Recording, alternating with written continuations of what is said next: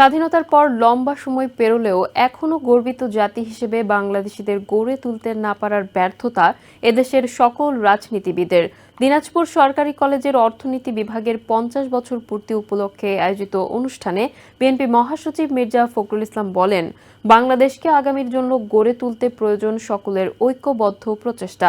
এদিকে বিএনপির বদনাম হয় এমন কাজ করা যাবে না বলে ছাত্রদলের প্রতি আহ্বান জানান বিএনপির চেয়ারপারসনের উপদেষ্টা ব্যারিস্টার এম মাহবুব উদ্দিন খোকন।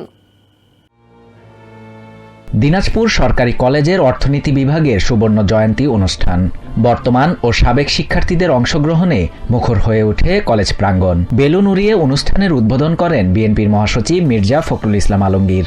এরপর বক্তব্যে তিনি বলেন, স্বাধীনতার ৫৪ বছর পরও বাংলাদেশকে সুখী দেশ হিসেবে গড়তে না পারার ব্যর্থতা সকলের। এখানে পর গণতন্ত্রকে হত্যা করার চেষ্টা করা হয়েছে, ফলে এখানে ডেমোক্রেটিক ইনস্টিটিউশনগুলো তৈরি হয়নি, গণতান্ত্রিক যে প্রতিষ্ঠান সেই প্রতিষ্ঠানগুলো তৈরি হয়নি। বিএনপি মহাসচিব আরও বলেন, বিগত বছরগুলোয় গণতন্ত্র পুনঃপ্রতিষ্ঠার যুদ্ধে বিএনপির অসংখ্য নেতাকর্মী ক্ষমতাসীন দলের দ্বারা নির্যাতন নিপীড়নের শিকার হয়েছে।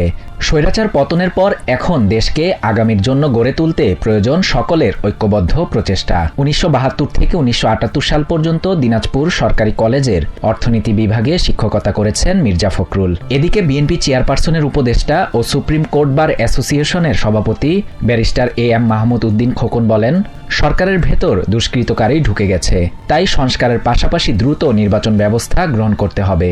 শুক্রবার নোয়াখালীর সোনাইমুড়ি সরকারি কলেজ মাঠে ছাত্রদলের ৪৬তম প্রতিষ্ঠাবার্ষিকীর আয়োজিত অনুষ্ঠানে প্রধান অতিথির বক্তব্যে এই কথা বলেন তিনি। মাহবুব উদ্দিন খোকন বলেন, এই সরকারের বিরুদ্ধে বিতাড়িত ফ্যাসিবাদী শক্তি বিভিন্ন রকম ষড়যন্ত্র করে যাচ্ছে।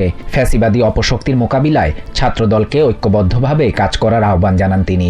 এ সময় ছাত্রদের উদ্দেশ্যে খোকন বলেন, শুধু রাজনীতি করলে চলবে না, নিয়মিত পড়ালেখাও করতে হবে। এদিকে সংস্কারের নামে ক্ষমতা দীর্ঘায়িত করা ফ্যাসিবাদেরই আরেক রূপ। তাই ১৫ জানুয়ারির মধ্যে সরকারকে নির্বাচনের তারিখ ঘোষণার দাবি জানিয়েছে সিপিবি। শুক্রবার রাজধানীতে সিপিবি আয়োজিত সমাবেশে এ দাবি জানায় দলটি। Shahriar Shafat, TVN 24 news desk.